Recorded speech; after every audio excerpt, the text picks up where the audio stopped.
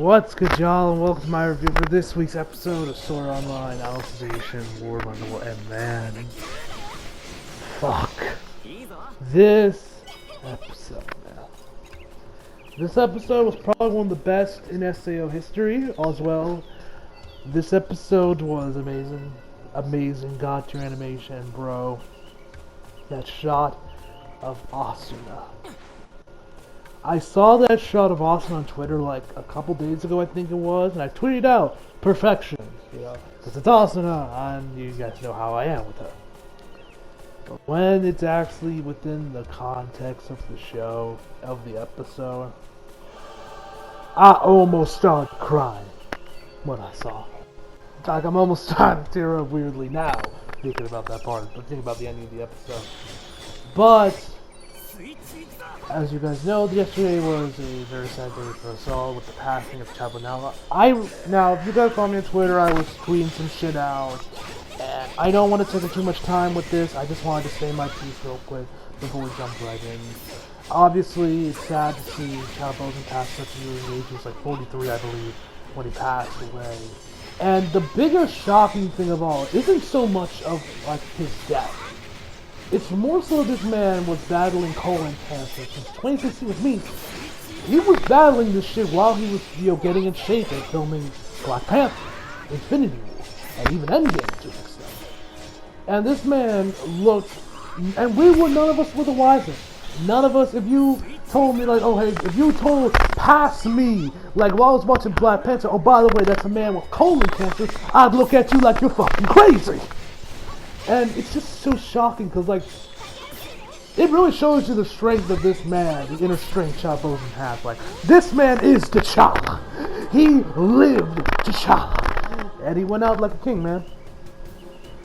It's crazy, man, it's crazy how like, that man did so much in the MCU with that role of T'Challa and other films, of course, as well. All while battling cancer, man. It's crazy how he was able to do all that. And none of us, and he looked well, and he looked really, and like, I always thought Chavo looked young. When I found the man was age 43, I was just kind of surprised with that, because I always thought the man was in like his mid-30s, because he looked like he was in his mid-30s, not his early 40s. It's crazy, man. It's just, this year has just been shit, man, and just an overall shitty situation in general, man. Now, of course, this leaves a lot of questions of like what happens with Black Panther 2. Is the movie gonna get canceled? Probably not. I definitely do not envy Ryan Coogler right now. That man probably has to restart from scratch on the plot. Or maybe they already knew that he was sick because there was rumors that Shuri was gonna take over take over the mantle as Black Panther in the second move. So maybe they already knew and they were doing everything accordingly. Maybe they have some shit on a green screen. They did on a green screen that they can use. We don't know. As the days and weeks go by, we'll find out more news on what happens to the sequel. I have some ideas myself. Who knows? Maybe later on. Obviously not right now because it's not the right time. I might do a video on like what just be throwing shit at the wall of what Black Panther 2 could end up being like, and as soon as we spawn, whatever, and let Shuri take over. I don't know.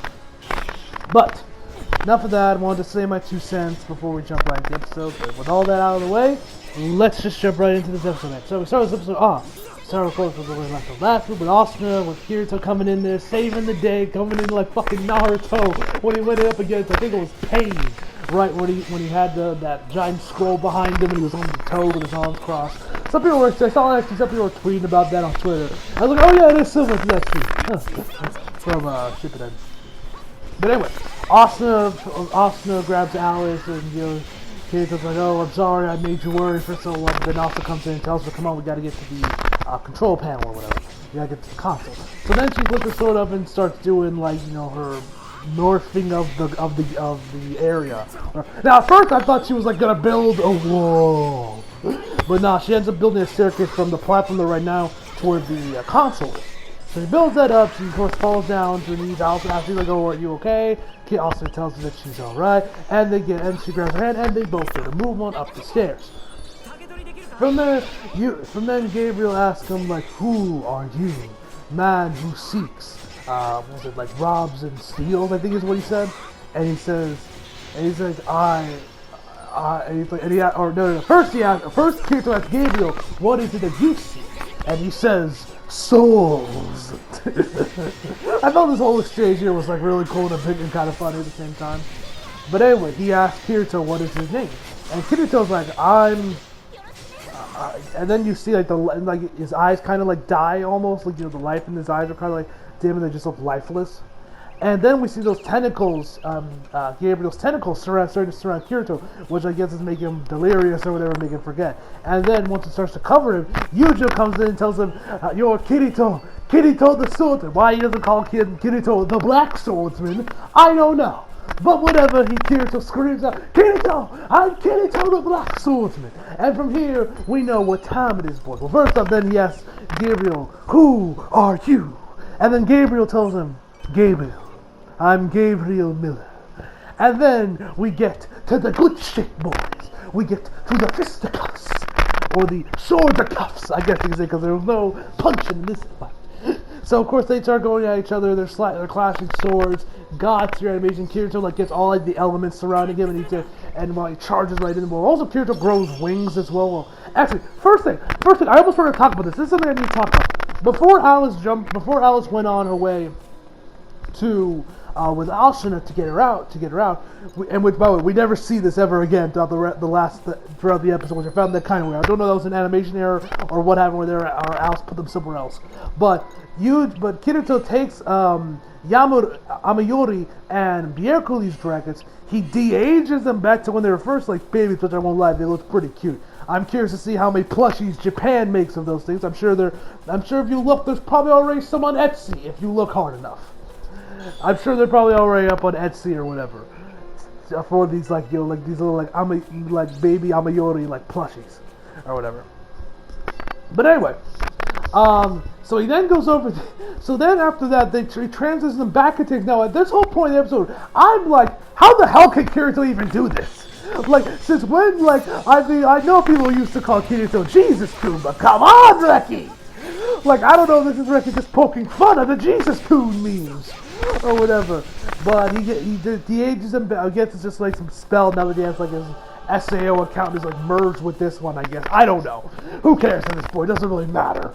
But anyway, he's like, but also Alice kind of like holds them, and then from the rest of the episode, we never see her hold the eggs. I don't know if she just put them in like her inventory or something. I don't know what happened with that, but regardless, also that's when they go on their merry way. So anyway, as I was saying before that, Kirito like gets all the elements together surrounding him, and then he discharges them to get there. Now at first I thought Gabriel was just gonna block them, and they would all just get deflected pretty easily. But no, Yujo actually not Yujo. Although Yujo did come in clutch later on in the episode. That saved though, man. That saved from Yujo. But we'll get to that when we get to that. Anyway, so Gabriel, so then they all hit Gabriel. It's kind of surprising they actually hit him. Then Kirito slashes him right down the middle, and then the guy turns around and slices and just stabs him right in the front. Now at this point I'm like, oh shit. He looks like he's dead. But alas, after he pulls the sword out, this bluish, blackish mist comes out. And then Kirito, and then Yujo, why don't you say Yujo? I do want to get to see with Yujo, to be fair, but we gotta wait. But anyway, Gabriel ends up just like, of course, recovering and just healing himself, obviously, starts healing himself, and he's all good. So at this point, it starts to get a little crazy. Kirito is like, and then Gabriel looks over to where Alice and Austin is climbing up the stairways to the concert. And he looks at it and says, it'll probably take him another 5 minutes to get up there. I'll give you 3. Keep me entertained. And Kirito is like, alright, I'll keep you entertained. And he gets positioned for the sword. Gabriel's kind of looking at him a little disgusted from how certain he is and cocky he is, which ended up biting Kirito in the ass later on. But then Yujo, or not, I don't know why I keep saying Yujo. Gabriel ends up like putting his sword, which is like pretty much like it has the hilt, but pretty much the actual where the blade should be, it's pretty much just this blackish mist. And also Yujo has this new like stretchy arm he can use, where his arm is like a greenish mist. I don't even know where these guys are even getting these powers from. Where did these powers come from? But at the end of the day, who really cares? Anyway, so he sticks it into like this little this flying thing he's been like flying on or whatever. He sticks into the sword. He starts to absorb it, and then he like grows these 2 wings. And from there, that's when shit starts to get crazy. And I don't know if I mentioned this earlier, but Kirito also gets some wings as well. They look very similar to the wings that we saw in the Alicization, not the Alicization, the Fairy Dance arc. Which I wonder if that was done on purpose or not, but I found that kind of, they did look a little bit similar to the ones in, whatever that MMO was called, the Fairy Dance arc. Alpine, there we go. In Alpine. So anyway, they start going at it once again. Yujo's like getting a little bit more on Kirito's getting a little bit more on the defensive end. Yujo's like hitting him with these hits. He managed to actually like cut him. Actually, he also managed to cut him up a little bit on the shoulder, but Kirito finished to heal that up pretty quickly right before they start going back at it. But Yujo now has the edge in the fight. And then after we get some more god tier animation, they're just like going right at each other. We see Kirito. He's looking at Yujo. He's looking at Gabriel. I don't know why I keep saying Yujo. Kirito looks over at Gabriel, and the man starts sweating. Like, yes, our boy Kirito, he is actually sweating. And actually looks a little bit concerned. Yes, Kirito is not just bodying Gabriel. He's actually like kind of like, oh shit, can I even beat this guy? I know, that's pretty shocking for SAO, but hey, I'll take it. Thank you very much, Reki Kawahara. So anyway, after this, Kirito's starting to wonder, like, oh shit, can I even really beat this guy? And also, one other thing I forgot to mention, Gabriel also sliced off the bottom half of sliced Kirito's feet out, so all is left is his torso and his arms and his head, obviously. So, yeah, our boy Kirito's a bit of disadvantage right here, ladies and gentlemen. And then he starts and that's where he starts to charge up and go into what I'm guessing is his final form. Like he's fucking Frieza. That wasn't the only Dragon Ball reference in this episode, or possible Dragon Ball reference in this episode. One other thing I also gotta mention, this is when the episode starts getting, because this is when this episode started to get a little interesting for me, is that we got this one part, is that we got some narration with Kirito mentioning that he thought he could just keep him occupied until stall for Asuna and Alice to get a bit, but he was being too optimistic. And he says like, I'll have to spend the next 200 years in here if I fail. And he starts to question himself, like, is this what I really wanted, to just spend the rest of my days in an alternative world, in an alternate world that surpassed SAO? Because remember, he is still a gamer. And I found that whole philosophy of Kirito wondering if he really wanted to stay in this world and not go back to the real world. I found that to be kind of interesting. He also mentions that Kirito he liked that, but then he's like, what if just look how much that would hurt Asuna, how much sorrow or whatever he said would cause Asuna, Alice, Sugu, and the rest, and Sion, and the rest of everyone that tried to save him, how they would feel. And he mentions that he doesn't really truly understand how other people feel. And that's when Yujo comes in and says, no. If you did want to stay here, it wasn't because of that, it's because of the people you met it. And then of course we get a montage of Zelda, Ronnie, and Tisei, and he starts to cry a little bit more, and then Yujo looks over at Gabriel, and he says, now that's a man that does not understand how other people feel. That is why he seeks, destroys, and murders and all that stuff. He seeks, steals, and kills. Because he doesn't understand how they work, and that apparently he fears them. Which I felt, like I said, this whole part of the episode, I found this whole dialogue, narration with this dialogue with Yujo, I thought was very interesting. But anyway, after Gabriel has reached his final form, and which looks very similar to the form of what's his name got in Devilman Crybaby.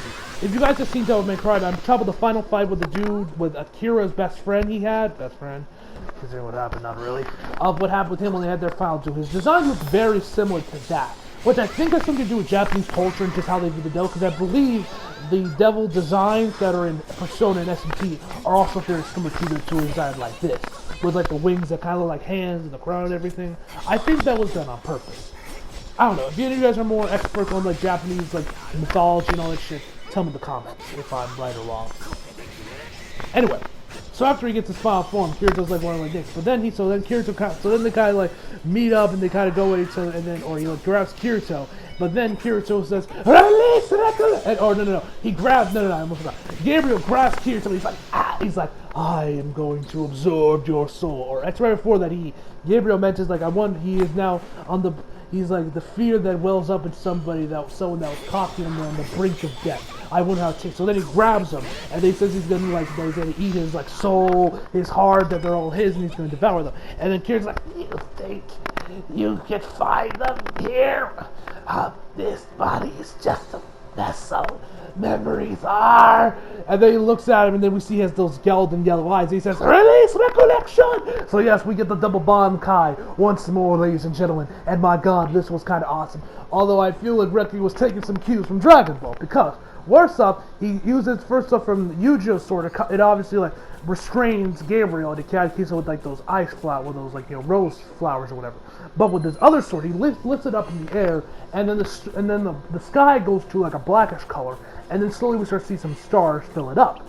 Now, what happens here is that this reminded me a lot of when Goku was setting up the Spirit Bomb when he was facing Kid Buu, because remember there he was kind of like asking everyone to give him his energy, and eventually they did. That's essentially what happened here. I remember watching this, and I think I even mentioned this in my reaction to it when that dropped. That this felt very much similar to that scene from Dragon Ball Z.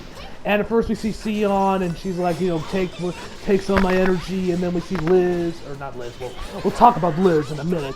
But then we got Sugu, and a bunch of other people kind of like praying, and they all kind of give us some of the spiritual Kirito, and we slowly see the sky start to be filled up with stars and shit. But then we get to this one scene that was honestly, if I had to complain about one thing about this episode, it was definitely this.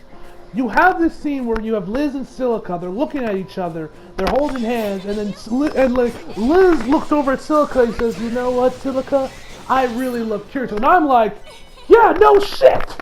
We watched season 1! And I'm like looking like, what the fuck was even the point? Like, I don't get this anymore. You cut out Asuna and Kirito crowd. Now, granted, maybe they put it back in next week. I fucking hope they do. Because what the hell else are they going to fill that episode with? I mean, I'm sure that episode's going to be flip-flopping back between Kirito and Asuna, and, between Kirito and Asuna, and, the real world probably will give us some explanation on Alice. Maybe we'll finally learn some more about Elise, and all that shit. But we'll get to that in a second. But, anyway, we get this, but you leave this part, and you, you act like this is supposed to, and Silica says, yeah, I do too, and I'm like, what the fuck is the point of this thing? This is useless. We already knew this. We already knew this from season 1. Like, I don't know why this was here. Like you people act like this is supposed to be like this major revelation. Like this is supposed to be more shocking than fucking the second half of season 3 of Attack on Titan. Like, I don't like when you could be like, oh my god, Liz had a thing for Kirito. Oh my god, so shocking. This is much more of a revelation than the second half of Attack on Titan season 3. Like, what the fuck was even the point of this? Legitimately, I'm asking somebody, please, explain this to me. What was the point of this scene? There was a point. But anyway, I digress. Yeah, they of course pray together, and they give Kirito some of their energy as well. Like I said, I don't know what the fuck was the point of that scene. It felt extremely pointless. I don't know why it was added, why it was there, but whatever. Don't know why that was there. Anyway, so afterwards, afterwards that we see a bunch. Then we actually now this is when it starts to get good again. That's that little like hiccup right there, where I'm just like, why was that even there? Well, this is when we actually see a bunch of the older characters from Alicization make some returns. Like we see once again the school again, the academy. So we see that old teacher that kind of like was giving Kirito shit for being late. So it's nice to see her again. We actually see Alice's sister. Once again, it was nice to see her again. And then the biggest shocking of them all, was we saw that girl that operated those staircase in the church. If you guys remember, there was this woman that like activated this like elevator. And Yujo was talking to her, and he said like that this was her calling, was operating this thing. So it was nice to see her looking outside the window, also giving some of her energy to Kirito. We also see some static shots of a bunch of people from the Underworld. We see some goblins, some wolf people, and a few other things. So that was pretty cool as well. But anyway, so then we see this. Then we just see this giant. This shot right here was fucking gorgeous, man. Like you could make this shot a fucking wallpaper on your computer if you really wanted to, man. If you really wanted to. But anyway, Kirito, we see this shot of like just like an overview shot of like this area from where we see the middle of Kirito where his blade is, and we see all these like energy and stars kind of coming right into it. It looked amazing, man. It looked absolutely amazing. I might try and put that shot in the thumbnail, honestly, or I might just make that one shot the thumbnail. I don't know yet, but it looked absolutely amazing. You could honestly make that a fucking wallpaper if you really wanted, but it looked fucking fantastic. But anyway, so after a while we see they're kind of coming in there. We get back to Alice and Asuna. Alice looks over there as Asuna's character, and she sees what's going on with Kirito and him having the sword up and the energy coming into her. So she, like, as a last-ditch effort, she like just fires off like this golden shuriken and get like, which I assume is some of her energy. And like I said, we never see those dragon eggs ever again after the rest part of the line. She's just kind of like I don't know where she put them, but whatever. Maybe I don't know. Maybe they're in her dress or something. But whatever the case may be. She fires out the shuriken in there with Kirito. We then get to Asuna. She's looking and she's like, Kirito-kun. And we see her like kind of cry, shed a tear, and then the tears kind of turn into a golden shuriken with an aurora borealis following it as it goes over to her Kirito, which I thought was pretty cool. And it was just nice to see Kirito. My God, the animation they had on that woman's head, man, the detail on it. Oh man, what I better keep my mouth shut before I fuck. How can you tell if I say anything more? But anyway, so then we get back to Kirito and Gabriel. Gabriel, of course, breaks out through Kirito's like ice he said, and he just starts chanting, "No, no!" But then he eventually breaks through it. We then see Kirito, all the energy coming to Kirito, and the shot itself was amazing. Right before the shurikens from Austin and Alex kind of join in there, and he has like they gets the golden eyes, the golden aurora around him. He like his arm regrows and everything, and his torso regrows. Excuse me. And from there, you know this is when it gets good. So our boy Kirito goes right in there, motherfucker. And he's just like starting he's going on with the Starburst theme. The OST for this whole episode is fucking amazing, especially that one shot that been for that overhead shot. The OST was fantastic. I love Yuki's music, man. Oh, I love her music. Anyway, so Kirito's going in, he's going in with a Starburst 3, and Gabriel is just chanting, no, no, no, no, no, no, no, no, over and over and over. And you think and Kirito, he's laying in those strikes. You think Kirito, he has Gabriel on the ropes. You think Kirito's gonna take the win, and he just, take this, Gabriel! But right before he gets that last slash, Gabriel comes out of nowhere and slices his arm off. And at this point, I'm sure when I dropped the reaction, my face right there was absolutely fucking priceless, ladies and gentlemen.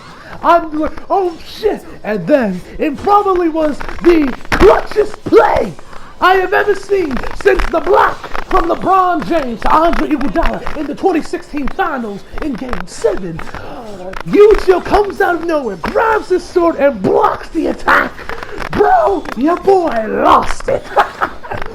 This was absolutely fucking like spitting all over the goddamn place. I'm so fucking hyped. But like legit, this was fucking awesome, man. That save though, Yujiro came in with that save. It was like fucking Miki at the end of Parasite, the maximum. If y'all saw like that last episode, y'all know what I'm talking about. Miki came in with that quick save.